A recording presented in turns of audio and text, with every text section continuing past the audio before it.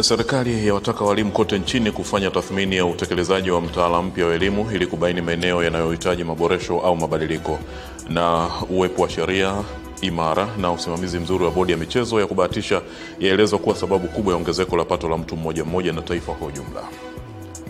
Na mtazamaji wa Channel 10, leo ni Ijumaa ya Novemba 28 mwaka 2025. Karibu sana kwenye asubuhi njema ambayo tunaanza na habari. Mimi naitwa Emily Lazarus. Serikali kupitia Wizara ya Elimu, Sayansi na Teknolojia imewataka walimu kote nchini kutoa tathmini ya utekelezaji wa mitaala mipya ili pale penye tija paimarishwe na pale penye kasoro paweze kurekebishwa. Agizo hilo limetolewa jijini Dodoma na Waziri wa Elimu, Sayansi na Teknolojia Profesa Adolf Mkenda kwenye mkutano wa chama cha walimu na wakuu wa shule za msingi nchini, yani TAPSHA. Maboresho yamefanywa na wataalamu na kwa kushirikisha walimu na kadhalika, lakini tungependa wote, walimu wote Tanzania, na natoa wito katika utekelezaji wa mitaala mipya, angalieni muweze kuainisha changamoto, muainishe maeneo mazuri ambayo lazima tuyaimarishe zaidi, kwa sababu swala la mitaala ni swala endelevu. Sera iko pale, tunaamini tutadumu kwa muda mrefu, lakini mitaala yake itaendelea kuboreshwa kwa kadri ya utekelezaji wake. Aidha, Waziri Mkenda akachukua wasaa huo kuwatoa hofu walimu kote nchini kuhusiana na bodi ya walimu, huku mwenyekiti wa TAPSHA Bi Rehema Lemole akiwasilisha maombi kadhaa ya wanachama wenzake kwa serikali. Ni umuhimu wa kuelewa maana ya bodi ya walimu. Hiki ni chombo ambacho kitasaidia walimu, na ni chombo ambacho hakitakuwa tishio kwa walimu. Ni chombo ambacho lengo lake ni kulinda fani hii ya walimu.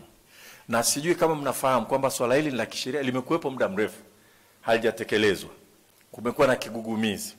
Sisi kigugumizi tutakiondoa kwa kuwasikiliza nyie na kwa kusikiliza walimu wote. Wakuu wa shule tunaomba kushiriki katika tathmini ya maboresho ya mtaala mpya ulioboreshwa kuzingatia sisi ndio watekelezaji wakubwa. Tunaomba kuboreshewa mazingira ya miundombinu kifikra juu ya makundi mawili yatakayohitimu elimu ya msingi 2027.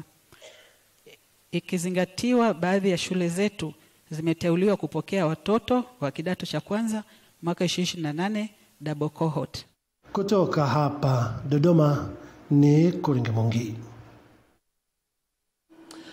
Waziri wa Mifugo na Uvuvi Balozi Dr. Bashiru Ali Kakurwa amevutiwa na uwekezaji uliofanywa na wadau wa sekta za mifugo na uvuvi nchini, ambapo amewataka kushirikiana kwa ukaribu na wizara yake ili kuendelea kuzalisha mazao yanayokidhi viwango stahiki.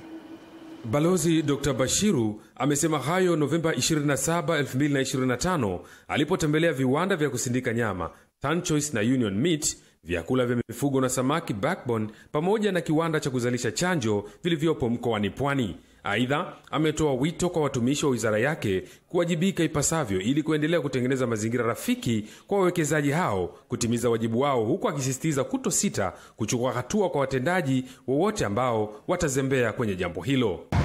Tunakuomba usisite kutoa maoni yako, kueleza dukuduku za kampuni hii, kueleza vikwazo vinavyowakabili, ili ofisi yetu na ofisi nyingine za serikali tushirikiane kuvitatua.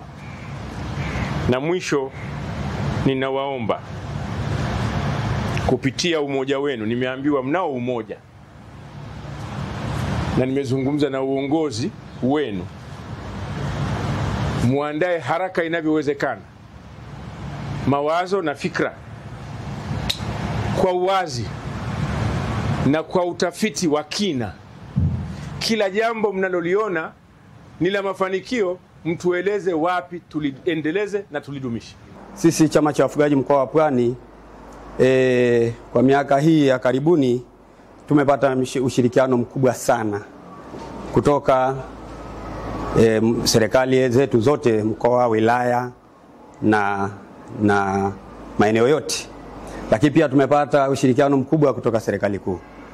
Ni kipindi ambacho sisi tumepata ruzuku nyingi kutoka wizarani. Ni muda ambayo tumepata chanjo ambayo asilimia kubwa imelipwa na serikali. Ni kipindi ambacho tumepata viwanda bora kama hii Ziara ya Balozi Dr. Bashiru na naibu wake itaendelea Novemba 28 mkoani Lindi, ambapo wanatarajiwa kutembelea na kukagua hatua za ujenzi wa bandari ya uvuvi iliyopo wilayani Kilwa. Ezekiel Mwambopo, Channel 10. Waziri wa Viwanda na Biashara Judith Eskapinga amewataka watumishi wa shirika la maendeleo ya viwanda vidogo SIDO kutekeleza mipango kazi yenye tija ili kuchochea uanzishwaji wa ajira nyingi nchini kupitia viwanda vidogo, hususan kwa kundi maalum la vijana. Wito huo umetolewa Dar es Salaam wakati wa ziara yake ya siku 3 katika shirika hilo. Waziri Judith Kapinga ametoa maelezo hayo jijini Dar es Salaam wakati wa ziara yake ya siku 3 katika shirika hilo la viwanda vidogo, na kusisitiza kwa jukumu la SIDO ni kufanikisha adhma hiyo na kuhakikisha miradi na mikakati wanayoipanga inalenga matokeo halisi kwa wananchi. Aidha, Waziri Kapinga amewataka watumishi wa SIDO kuunga mkono jitihada na ahadi za Rais wa Jamhuri ya Muungano wa Tanzania ndani ya siku 100, ikiwemo utekelezaji wa mfuko wa fedha wa shilingi bilioni 200 pamoja na uanzishwaji wa mitaa ya viwanda katika kila wilaya nchini. Tumeahidi mitaa ya viwanda kwenye kila wilaya, na ni jambo ambalo utekelezaji wake lazima uanze kuwekewa mikakati ndani ya siku hizi 100. Kwa hiyo sasa sisi katika wizara yetu ya viwanda na biashara, yule ambaye tutamtegemea kwenye kiasi kikubwa sana kwenye utekelezaji wa ajenda hiyo ni SIDO. Kwa upande wake, mwenyekiti wa bodi ya SIDO Profesa Musa Nyamsengwa amesema shirika hilo linatambua mwamko mkubwa wa wananchi wanaohitaji huduma za utekelezaji viwanda vidogo.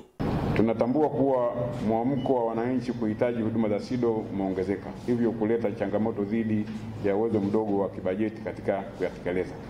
Uongozi umeona ni vyema kubuni namna mbadala za shirika unaloweza kutekeleza majukumu hayo na kutoa jawabu kwa wananchi wote wanaotamani kujiajiri kwa kuwekeza katika sekta ya viwanda vidogo. Eden Bahati, Channel 10. Wizara ya Ardhi, Nyumba na Maendeleo ya Makazi imewataka wataalamu wa mipango miji nchini kutumia dira ya maendeleo ya taifa ya mwaka 2025-2050 kuweka mipango bora ya matumizi ya ardhi ili kuleta tija katika ukuzaji wa uchumi wa taifa kupitia uwekezaji wa wadau wa maendeleo. Akitoa hotuba yake ya kwanza jijini Mwanza katika mkutano mkuu wa 10 wa mwaka wa wataalamu wa mipango miji tangu walipoapishwa kushika wadhifa huo, naibu waziri wa Ardhi, Nyumba na Maendeleo ya Makazi Kaspa Moya vile amekemea ujenzi holela wa makazi. Ni lazima uwe na vitu tools za kufikia matokeo ambayo unataka. Kama huwezi kutumia miongozo fulani, ukakaa tu kwanza kufikiri peke yako, inawezekana unaweza kuwa na mpango ambao hauwezi kuoana na maono ya kitaifa. Pia akawaagiza wakurugenzi wa halmashauri zote nchini kuchunguza uhalali wa vibali vya biashara za uzaji wa viwanja kwa wafanya biashara binafsi ili kudhibiti ujenzi holela. Ingekuwa vyema kabisa haya maeneo yajulikane katika kila kijiji, kila mtaa, kila mwananchi anayekaa eneo hilo ajue eneo hili ni reserve area, eneo hili ni la umma, eneo hili ni eneo hatarishi. Ijulikane kwamba lazima tubadilishe utaratibu tunavyosanifu miji yetu, tusisanifu kupindukia. Nafahamu kanuni zetu zinasema 55% mpaka 60% katika mpango wa uendelezaji wa mji iwe ni makazi. Martha Mkupasi ni kaimu msajili wa bodi ya usajili wa wataalamu wa mipango miji Tanzania TPRB, na Juma Mohamed ni rais wa chama cha wataalamu wa mipango miji nchini TITP. Nitaendelea kuhakikisha kwamba taaluma hii itakuwa kiungo muhimu katika kuleta mabadiliko ya miji nchini Tanzania. Tutaendelea kukuza maendeleo endelevu ya taaluma, kuimarisha ujuzi na kusimamia maadili ya taaluma ya mipango miji nchini. Hiyo agency iwe na ufanisi. Naomba sana kama mwakilishi wa wataalamu wa mipango miji kuwe na ushirikishwaji wa taaluma zote katika kuandaa huo muundo. Otherwise tunaweza tukawa na muundo au agency ambayo baada ya siku 2 inakuwa inefficiency. Mkutano huu unaongozwa na kauli mbiu isemayo kutoka dira ya maendeleo ya taifa ya mwaka 2050 hadi uhalisia ni mageuzi ya mustakabali wa miji Tanzania, ikidhihirisha kuwataka wataalamu wa mipango miji kuendana na matarajio ya taifa kwa ajili ya mipango endelevu yenye ushindani. Henry Kavirondo, Channel 10, Mwanza. Taasisi ya tiba ya mifupa na ubongo Muhimbili MOI imejipanga kuhakikisha inatoa huduma bora kwa wagonjwa, ikiwa ni pamoja na kupunguza msongamano katika taasisi hiyo kwa kufungua matawi kwenye maeneo mbalimbali ili kurahisisha huduma. Makamu mwenyekiti wa bodi ya wadhamini MOI, Agustino Mbogela, ameeleza mkakati huo wakati wa ziara ya bodi hiyo kukagua miradi ya taasisi, likiwemo jengo la iliyokuwa hospitali ya Tumaini, eneo la Upanga, pamoja na mradi wa Mbweni jijini Dar es Salaam, na kwamba miradi hiyo itapunguza msongamano katika makao makuu ya taasisi kwenye kampasi ya Muhimbili. Kwa hili ni jengo ambalo tunalikarabati. Zamani ilikuwa inaitwa hospitali ya Tumaini, wananchi wengi wanajua kama hivyo.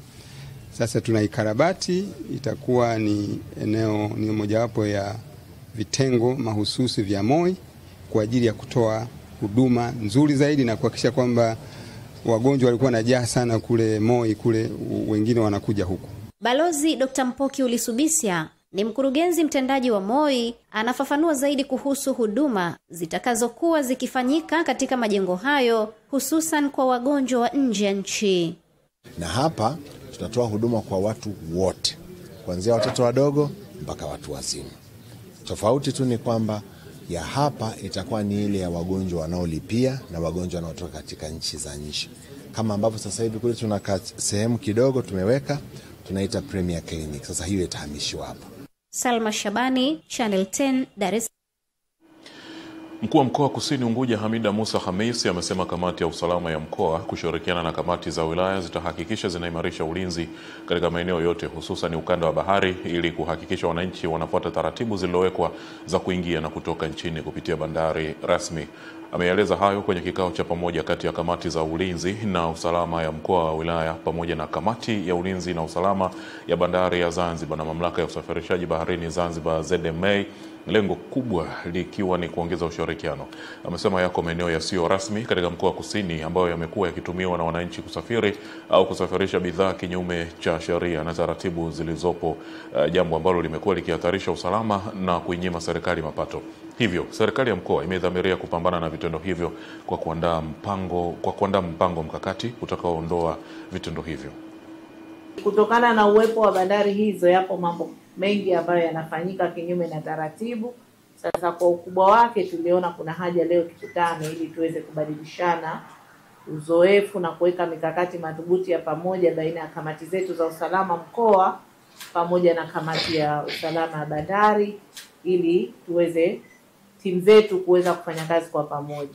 Tunafahamu changamoto ya mambo haya. Hapo mambo mengi yanafanyika, kuna biashara za magendo, kuna wananchi kuvuka upande mmoja kwenda upande mwingine pasipo kufuata taratibu, lakini kuna shughuli zingine za kijamii ambazo zinafanywa kwenye yale maeneo na zinahatarisha au zinaonyesha viashiria vya uvunjifu wa amani. Tulikuwa tuna kikao na kamati ya ulinzi na usalama ya shirika la bandari pamoja na kamati ya ulinzi na usalama ya mkoa wa Kusini pamoja na kamati za ulinzi za wilaya ya Kati pamoja na wilaya ya Kusini.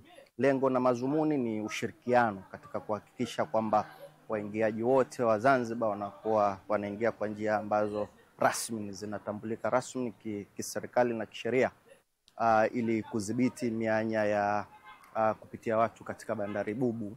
Kwa hiyo hii inaweza ikasaidia kupunguza uingiaji labda wa bidhaa za haramu katika mkoa wetu, na unajua hichi ambacho kinaingia kwenye nchi yetu ndio ambacho kinaenda kuathiri watoto wetu, kwa sababu kiingia manake watumizi wakubwa ambao watakotumia ni jamii yetu na kitawasirika ni jamii yetu. Kwa hiyo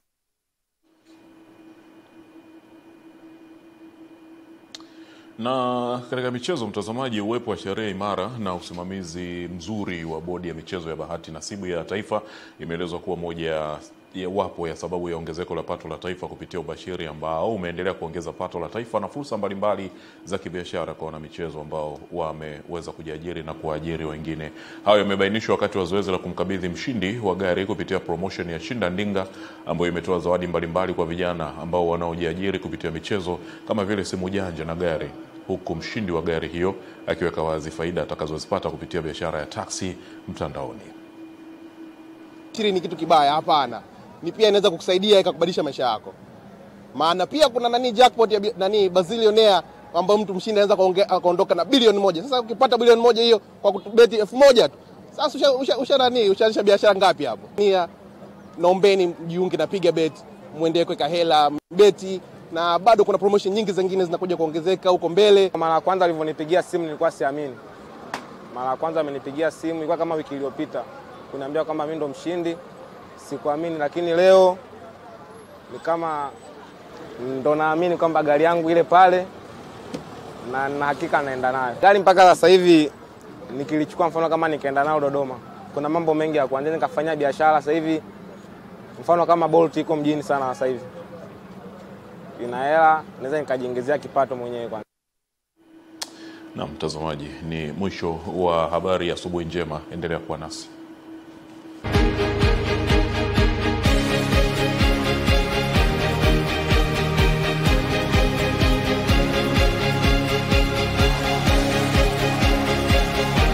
Kutoka hapa Sumbawanga mkoani Rukwa, Wilbrod Sumia, Channel 10. Mimi ni Margaret Malisa wa Channel 10. Mimi ni Ernest Mbezi wa Channel 10.